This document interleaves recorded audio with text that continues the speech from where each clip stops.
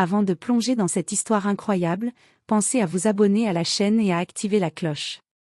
Ici, chaque récit a quelque chose à dire, et vous ne voudrez pas en manquer un seul. Martha Jenkins, 68 ans, était une grand-mère au cœur immense, connue dans son quartier pour sa gentillesse et son dévouement envers les enfants. Depuis que ses propres enfants avaient quitté la ville, elle avait pris soin de son petit-fils Liam, âgé de 7 ans, comme s'il était son propre fils. Chaque matin, elle préparait son petit déjeuner préféré, l'emmenait à l'école, et chaque soir, elle lui racontait des histoires pleines de magie et de courage. Pour Liam, Martha n'était pas seulement sa grand-mère, elle était sa mère, son refuge, son univers. Mais ce monde paisible allait basculer. Un matin, Martha reçut une convocation du tribunal pour une audience concernant la garde de Liam. Les services sociaux avaient évalué sa situation et estimé que son âge et ses problèmes de santé, un cœur fragile et une arthrite persistante, rendaient sa garde inappropriée. Pour eux, Liam devait être confié à une famille plus adaptée. Martha était bouleversée. Chaque meuble, chaque photo, chaque dessin dans leur maison racontait l'histoire de leur vie ensemble. Comment pouvait-on réduire tout cet amour à un simple critère administratif? Mais elle n'avait pas le temps de se lamenter. Le tribunal l'attendait, et avec lui, le risque de perdre l'enfant qu'elle aimait plus que tout. Liam, lui, sentait la tension dans l'air. Assis sur le canapé, ses petites mains serrées, il regardait sa grand-mère avec des yeux pleins d'inquiétude et de compréhension.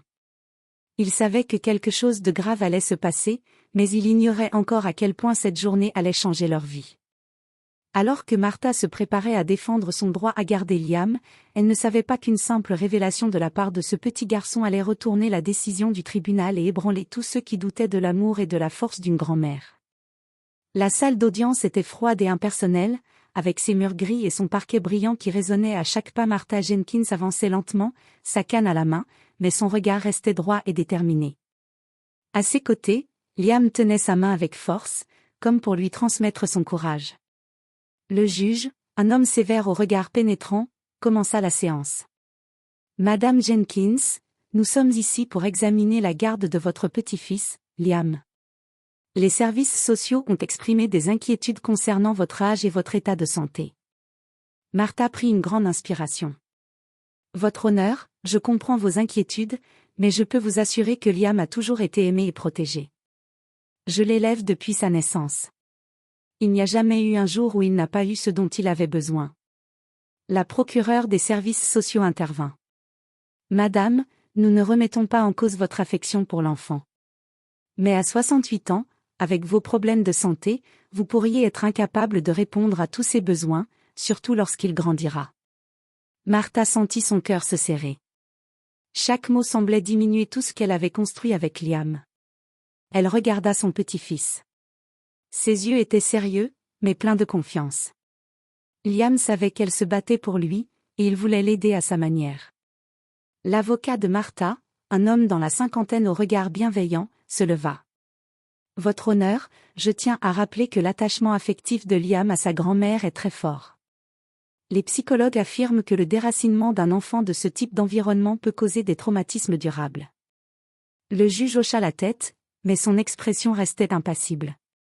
Je prends note de vos arguments. Cependant, une décision doit être prise dans l'intérêt supérieur de l'enfant.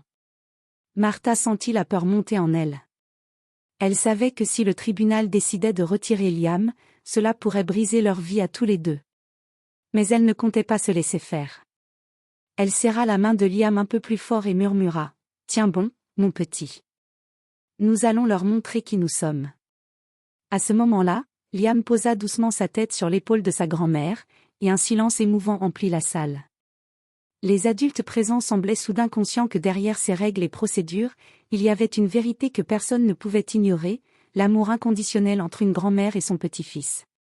Après plusieurs heures d'audience, l'air dans la salle était devenu lourd et oppressant.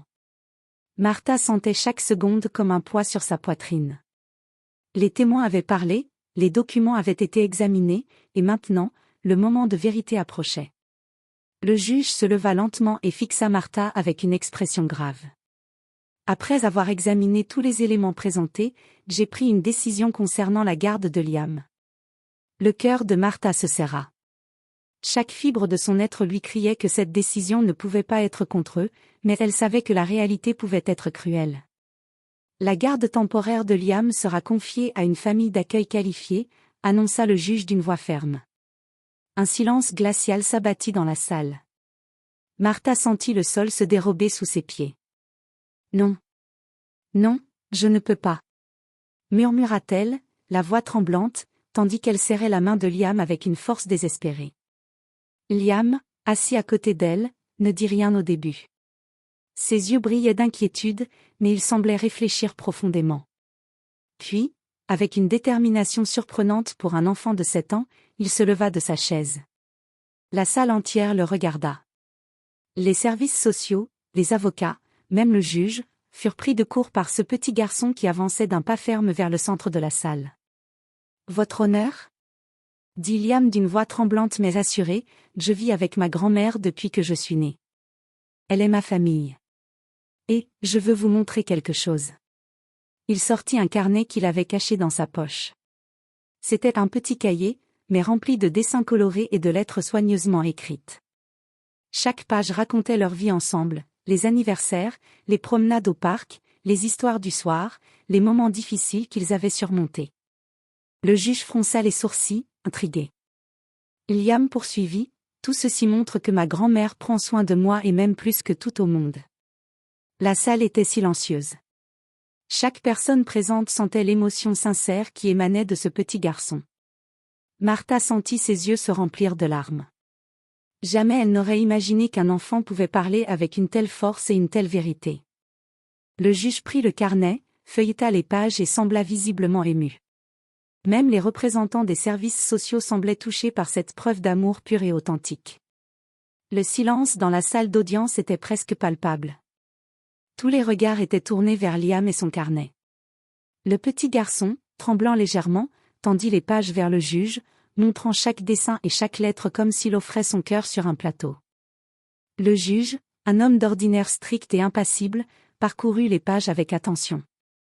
Chaque dessin racontait une histoire, Liam et sa grand-mère lors d'un pique-nique, Martha lui lisant une histoire avant le coucher, leur Noël ensemble, et même les jours de maladie où Martha restait à ses côtés pour le soigner.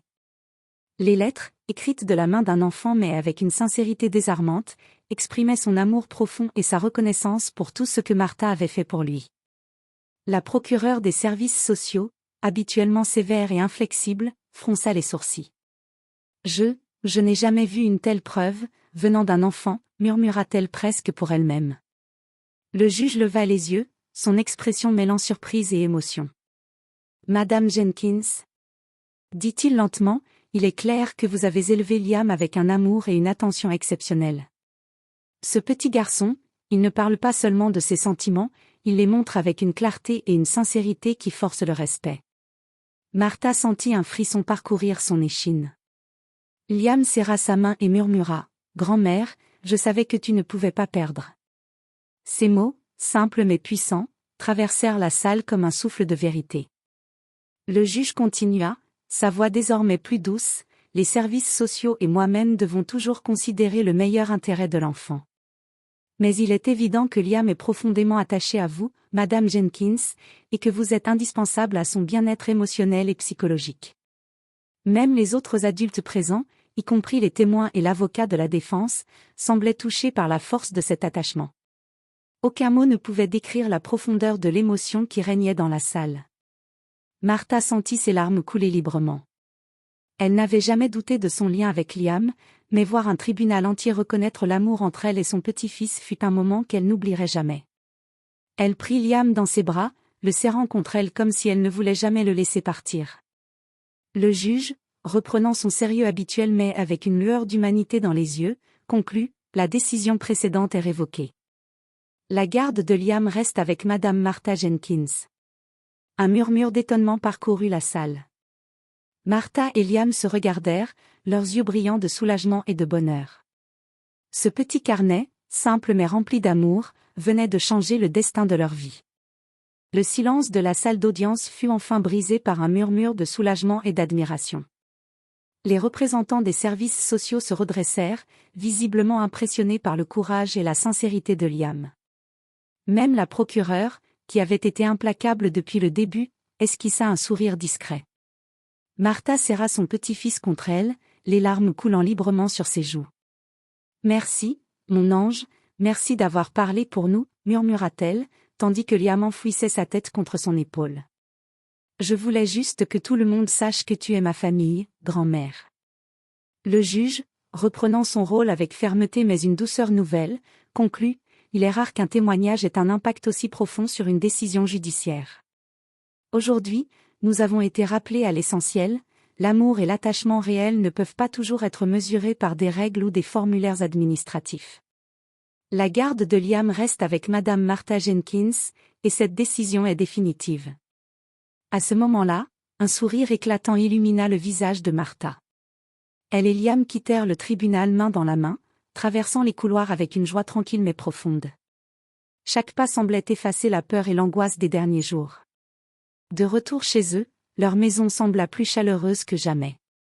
Liam courut vers sa chambre, exhibant fièrement son carnet comme un trophée, et Martha l'observa avec un amour infini.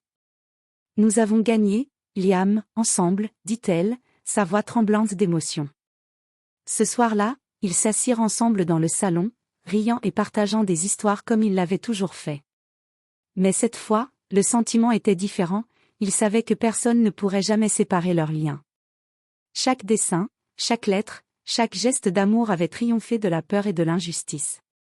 La victoire n'était pas seulement juridique, elle était humaine et profondément émotive. Martha et Liam avaient prouvé que l'amour véritable, même face aux obstacles les plus froids et administratifs, pouvait tout surmonter. Et tandis qu'ils s'endormaient côte à côte, un sentiment de paix et de bonheur enveloppa leur maison. Pour Martha et Liam, c'était plus qu'une victoire, c'était la confirmation que leur famille était indestructible.